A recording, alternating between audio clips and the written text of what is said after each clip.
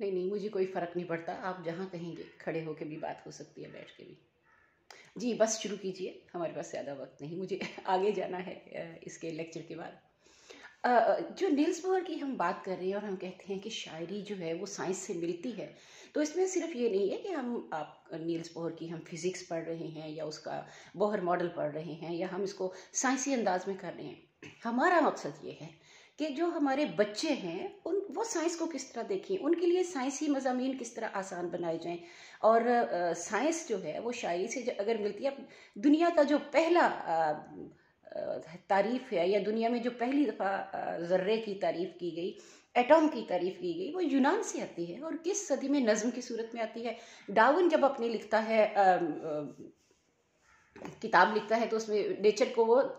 شاعری کے انداز میں بیان کرتا ہے۔ اس طرح باقی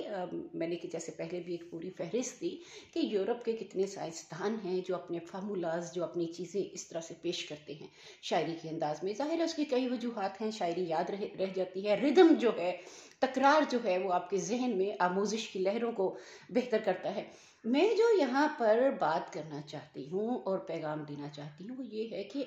بچوں کے لیے،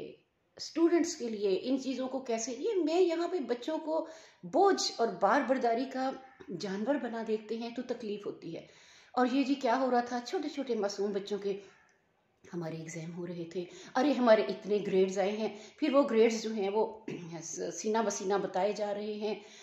لگائے جا رہے ہیں، ان کی فوٹوز لگائے جا رہے ہیں۔ آپ بنیادی طور پہ ابتدا سے ہی بچوں کی کلاس کو طبقات میں بدل دیتے ہیں۔ ابھی مجھ سے کل بھی یہ سوال ہو رہا تھا کہ یہ بتائیے کہ اسکینڈینیویا میں، ظاہر ہے فن لینڈ اسکینڈینیویا میں آتا ہے، ڈنمارک، ناروے، اور یہ جو ساری چیزیں ہیں یہ اسی میں آ رہی ہیں،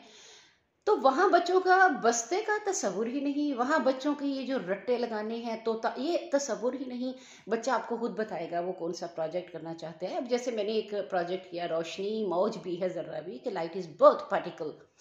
اینڈ ویو، تو اس کی ہسٹری کیا ہے، وہ بچوں کو تجربے کے ذریعے وہ کس طرح سے کیا جائے۔ بلکہ ایک یہاں پہ کوپن ہیگن میں ایک پلانٹیریم ہے، اس میں جب بچوں کو لے کے جاتے ہیں ہم ان کو حسیات سکھا رہے ہوتے ہیں کہ سینسز کس طرح کام کرتی ہیں۔ تو اندھیرا کمرہ ہے، اس میں بچے مختلف چیزوں کو